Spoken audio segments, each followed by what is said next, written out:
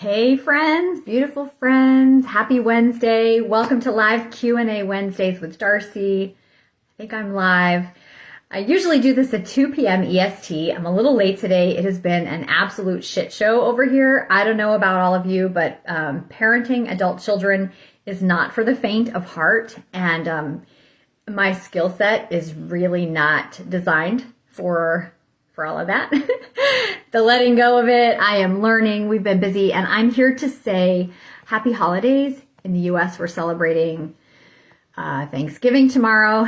It's rife with kinds of social justice issues, and I'm just here to take a deep breath with you all and say that I don't think it ever hurts to have a day where we express our true love and gratitude for each other and our abundance in this beautiful life and the peace that is possible to feel in your one human body when it's thriving. So I just wanted to pop in and say that, take a minute to feel that together.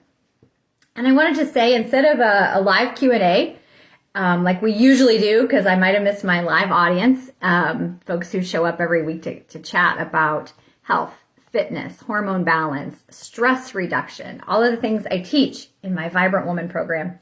I've seen a bunch of questions and answers and stuff, myths all over the place, flying around social media the last couple of days in terms of food and nutrition. You know, all of us are baking and we're well into the sugar season. And so I wanted to just take a minute and explain, when I see a lot of you out there worrying about your baking stuff, and a lot of us are out there trying to make healthy substitutions, I wanted to do a little myth busting, provide you with some information, and see if that helps you make some decisions around, you know, what you want to do for your holiday meals. All right, so here's the first thing. And I've seen this trivialized quite a bit lately, this idea that, oh, just to say cut your carbs and cut out sugar is going to solve your problems. You know, really it's all more complicated than that. And what I'm here to say is, welcome to a new paradigm. Welcome to a paradigm that invites us to look at the root cause of dis-ease in the body. Once we can identify root cause, you can pull up the cause and the symptoms will resolve themselves. Not magic. Cause and effect. So what we know, and what I learned from my mentor, Dr. Phil Maffetone, who has been leading this paradigm shift, he's been talking about carbohydrate intolerance since the 70s. So we finally are seeing it appear in peer-reviewed journal articles. This idea that it's not about, oh, just cut your carbs.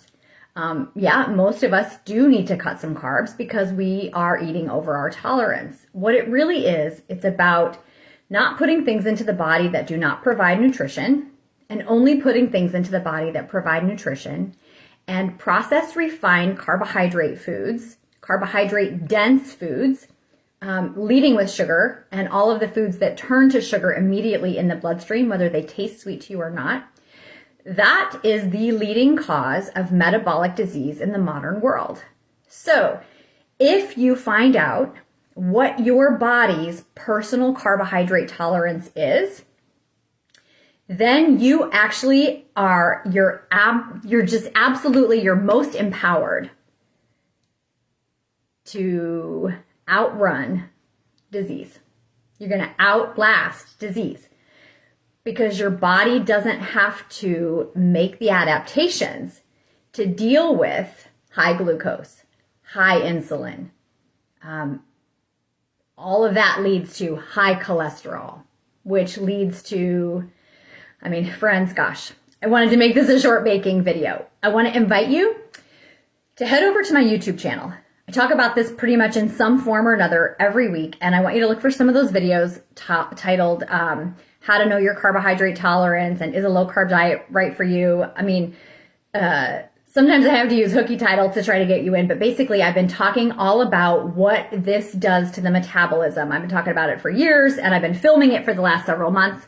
and you can hop over there and learn more. I'm also going to provide a link to an article that I think is the most simple and yet the most detailed about what CI, carbohydrate intolerance, really is, and how it leads to the modern metabolic diseases, like what that pathway is. And then if you like that article as well, what you'll do is scroll to the bottom of it and you can see all the references included there. And so that you can branch off in any direction you want to, whether you want to look more closely at your cholesterol, if you want to look more closely at A1C and what that's all about, if you want to look at glucose and how specific labels like diabetes and pre-diabetes and whether it's type 1 or type 2 or type 3, also known as Alzheimer's and dementia.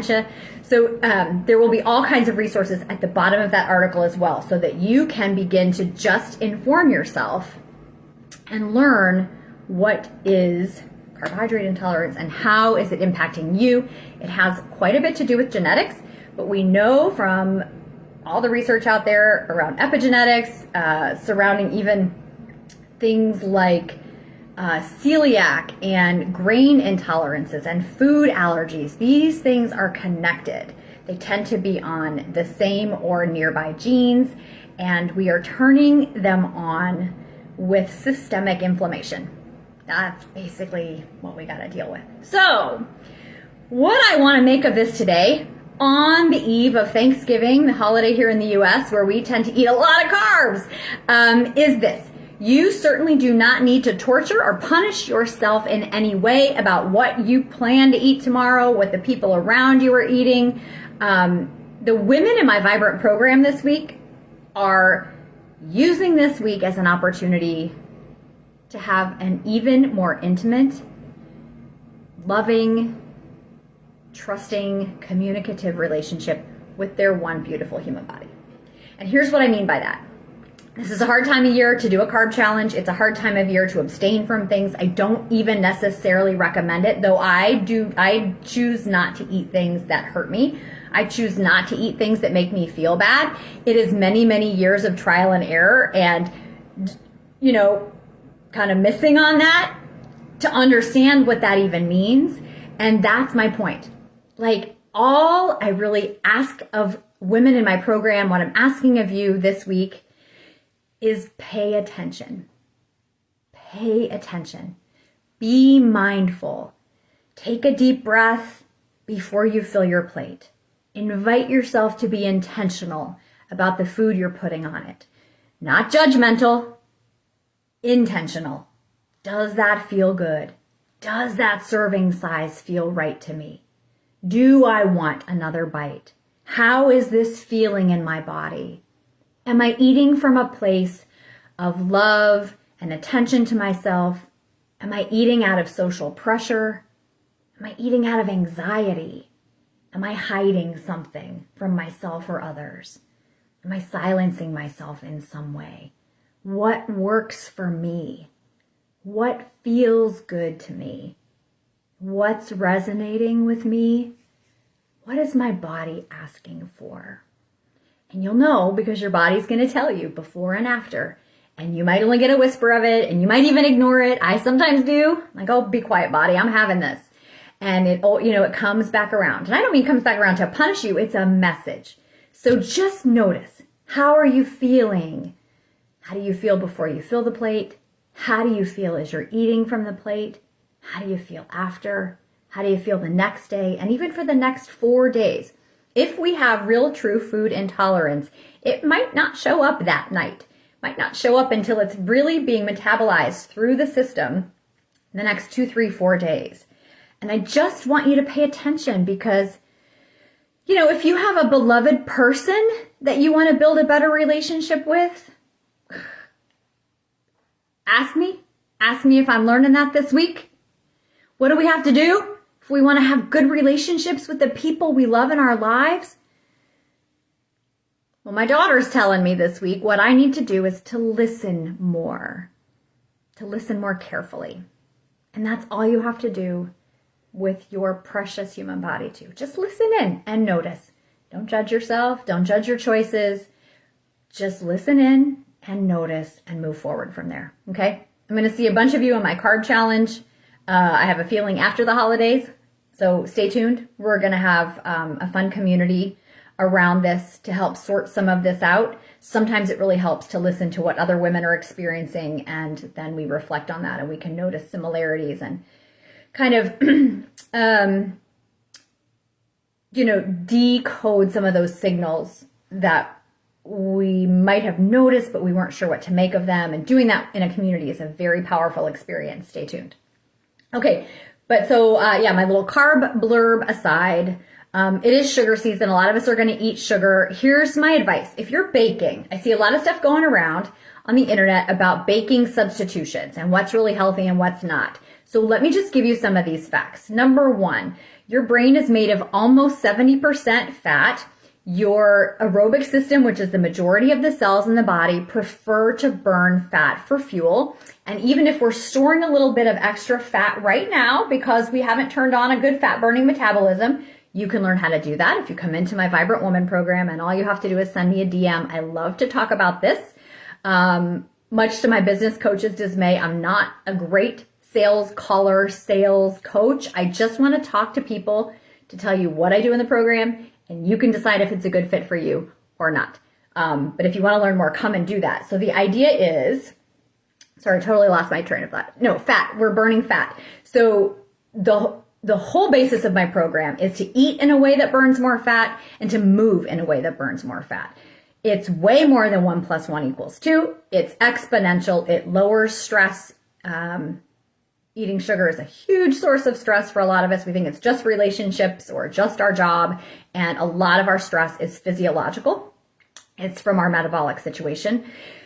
So eating fat is a good idea, actually, is what I wanted to say. So if your recipes, your pie recipes, your whatever, your cookies, whatever you're baking, all this stuff that we're worried about baking, if it includes fat, I say the more the better.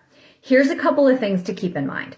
It's only when we combine high amounts of fat and the wrong kinds of fat, which is like the poly-6s. So I do not recommend the poly-6 fats, the bad seed oils, anything like margarine, fake butter, fake cheese. Please put it down, run away. If you tolerate dairy, then I want you to eat regular full fat dairy, full fat. So go for your regular butter. Go for your full fat yogurts for all of the Waldorf salad and whatever you're making. Use real eggs, heavy cream, and butter in your baking. Use organic if you're going to use dairy. The way that mammal bodies work, yours and the cows, there's a way by which we protect ourselves from circulating toxins in the environment. Toxins like the stuff sprayed all over the hay that they eat, the stuff in the air and the water. We sequester toxins away into our fat, okay? And so if you're going to eat animal fat, it needs to be organic, because that way you're not eating a gob-ass shitload of toxins too, okay? So that's it. Eat plenty of fat. Where we get into trouble with the cholesterol and the plaque in our arteries and with the metabolic problems, with the inflammation, is when we combine high, wrong, bad fats with high processed carb. Okay, that's a pretty bad combination. So if you can at all use the high fat organic dairy in your baking and use an all natural sweetener, something like honey is a really good option because at least there are nutrients in it, okay? And use as little sweetener as possible. You want it to be palatable. You want it to be that sweet treat. You don't need to send your glucose skyrocketing up and down. And here's the trick. When you combine the sweetness with the high fat, that high fat slows the absorption, the digestion, and the metabolic process of the way the glucose is shuttled into the cells and the amount and quantity of insulin, the whole insulin timing thing. So what I'm trying to say is high fat, a little bit of sweet helps keep your blood sugar steady. And why is that important? It's important for all of us, whether we're diabetics already or we're just on the metabolic pathway to it because we've got high A1C numbers and bad cholesterol numbers. Keeping your blood sugar steady is important for your brain, your learning, your memory, this whole inflammation thing that I keep talking about. It's important for your hormone balance, which impacts your sleep, which impacts your stress, which impacts your relationships. I could keep going forever. You have to come into my program to learn more. The point is, high fat is good for you. If you tolerate dairy, make sure it's organic. Combine it with as natural a sweetener as possible in as low amount as you can to keep it delicious and palatable to you. That's a really good combo. So the ways that I tend to manage that is I would use the whole pumpkin pie recipe minus the crust. Or instead of the highly carb dense grain base, like the flour, the wheat flour crust, learn to make an almond flour crust. Then you're adding more healthy fats, you're adding some protein to that. You know, desserts can actually be a really good addition to your nutritional regime there, to your diet. You can bring all kinds of beautiful, important things into the body and enjoy your dessert and not hurt yourself with it. And that's what I do. So I shared a bunch of my holiday recipes with my email newsletter subscribers. I send that out once a week for free. They don't always have recipes in it. It often does. This week it had a whole list of reference links to some of my best recipes, things to replace the stuffing and the rice, the potatoes. For those of us who know that highly starchy stuff doesn't work for us, and I'm one of them. And it had some really good high fat, lightly sweetened, all natural dessert recipes. If you still want that, will you just send me a DM and I'll find a way to forward you that email. It went out, I don't know, a couple days ago, but I'm happy to still get it in the hands of people who are looking for healthy alternatives to some of the toxic holiday meals that we serve, you know, in a way that does not have to sacrifice the holiday feel. I don't do that. I don't hurt myself, but I also don't sacrifice, you know, the comfort food feeling that I'm going for. Traditions are important. They connect us to people, to times that were sacred to us, to place, to culture, to previous versions of ourselves, and we don't have to sacrifice one for the other. We do get to have it all. Can take a little tweaking. So wanted to say that about the desserts. I just highly recommend that you don't do margarine, don't do fake butter, don't do, what else did I see this week? I saw a bunch of, and I see a bunch of people kind of arguing about like, well, should I use Swerve or should I use coconut sugar? It's better. Should I use Florida crystals? Should I use the regular white refined sugar? Here's the deal. All of those things, all you have to do is look at the back of the package. A lot of the alternative healthy sugars are still sugar, and you're going to have the exact same insulin response. That's even true of honey. But honey does bring nutrients to it. And like I said, if you can combine as small amount as possible, and yes, the least refined is better. So something like coconut sugar would, and so you can see that even the crystals are brown, like it still brings a little of nutritional value with it. There's nutrients there. Minerals, there's a bunch of minerals in coconut sugar. So, and just use as little as possible. And if you're going to do that, then where you really can help lower the carb load of those recipes is to get rid of the crusts. Plenty of no flour cookies available, peanut butter cookies, almond butter cookies, no bake chocolate cookies, all kinds of stuff like that doesn't have the all the refined carbs. Okay? That's what I wanted to say. I've had one too many coffees. I'm a little jazzed up. And I'm just happy to be here. I'm excited we have warm weather right now where I am in Indiana. And I'm excited to spend time with my family tomorrow. It's also hard.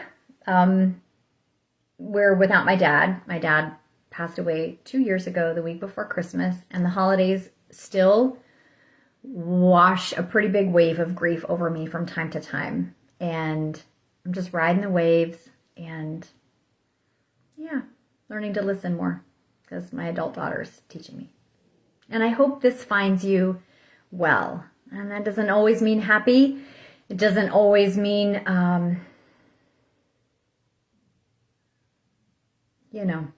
we can't skip over the entire range of human feelings. To be vibrant means to feel it all and to ride the waves as they come and to do what we can with the wisdom they leave in their wake. And I just wanted to come and say I love you all. Thank you for being here in my audience. Thank you for being here in your one human body. Thank you for learning to listen to it in the ways that it needs you to the most. You know, this is nothing short of a revolution. One by one healthy woman after another, vibrant women creating vibrant families, raising vibrant children. This is the paradigm shift that we have been asking for. And we don't have to look any further than the mirror to see who's going to be making these changes. You and me and the people we impact with our healthy choices and shining our lights and living as whole and authentically as we can, as healthfully as we can.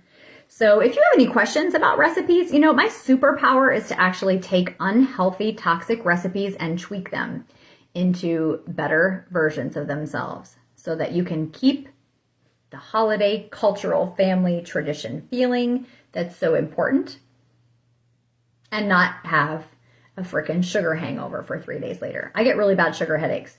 Maybe that's not you. Maybe you're doing just fine where you are and your carbohydrate tolerance is dialed in and you're perfecto. But if you have any of the symptoms of CI, headaches, hormone imbalance, high A1C, cholesterol, glucose numbers, if you struggle with brain fog, if you have forgetfulness, if you have cravings for sweets and caffeine, especially late in the afternoon, if you have sleep disruptions in the middle of the night, these are all signs of CI. I want you to come find me. I'm going to teach you how you can resolve it for yourself and outgrow your need for a doctor. Wouldn't that be fun? No offense, doctors. I love a lot of great doctors. I'm just glad I don't need to see them very often, right? Okay. My love to you all. I hope you have a wonderful Thanksgiving. I hope you're baking things that fill your homes with joy. I hope you're not confused about what ingredients are best for you. Did I leave anything else out? Only eat real food. Plenty of good real food around. Pass on the junk. Don't eat anything with dye in it. Don't eat anything with ingredients you can't pronounce. Don't eat stuff all loaded up with preservatives. Just eat the food that came from the earth and from nature. If you're not sure what that is, send me a DM. We'll set up a talk. And other than that, I'm going to head out. I'm going to walk my dog. I hope you're moving your body. You know what moving your body at low heart rates does?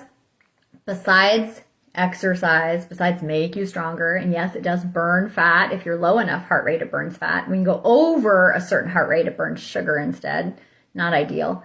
You know, outside when you are breathing in the fresh air, you're improving your microbiome. You're getting a little vitamin D on your skin, which boosts your immunity. And you're lowering your cortisol. You're lowering your stress because it processes the cortisol through your bloodstream a little faster. You breathe out toxins. So if you do eat a little bit too carby and you kind of begin to regret it, one of the best things you can do is go out for a slow, easy walk. It's not really what people think. It's not like, oh, to burn it off. Kind of is, but it's more like to burn off the cortisol that's in your bloodstream and to use up some of the glucose that's circulating that would cause a continually high insulin spike. It's more like that. It's not really to burn off the calories. It's not so much about calories, folks. It's calories of what? And what we want to do is retrain our body's metabolism to burn calories of fat instead of sugar. And you don't crave the sugar anymore either. So I don't know about you. I'm probably going to have a little. I'm going to make my most favorite pumpkin muffins for tomorrow with a cream cheese frosting. That recipe's in my newsletter. If you still want it, send me a DM and I will get that to you. And I can't tolerate as much as I used to. I guess what I'm trying to say is I don't want it. Yeah. So the other great thing that happens when you really learn to live in your own carbohydrate tolerance, like you don't go over, you don't crave it. It's amazing how much mental space and creativity you have when you're not kind of all jammed up with all that craving talk about food. So It's a great way to heal. It's another layer of healing. I know we all are just healing one layer at a time at our own pace. And that's it. I've said enough. I love you. I hope you have a happy Thanksgiving if you're in the U.S. And I hope you make a land acknowledgement. I hope you'll find out who the native people were that lived on the land where you are. And I hope you'll give them a shout out and thank them for stewarding the land for all these many years before, you know, we white folks came and inhabited all of it. I just think it's a beautiful way to honor the earth, its stewards, all the folks that grow the food for us and harvest the food for us and deliver the food to us. And I'm grateful for you. And I hope you find so many things to be grateful for as well. And I'm going to see you next week. Take care, beloveds.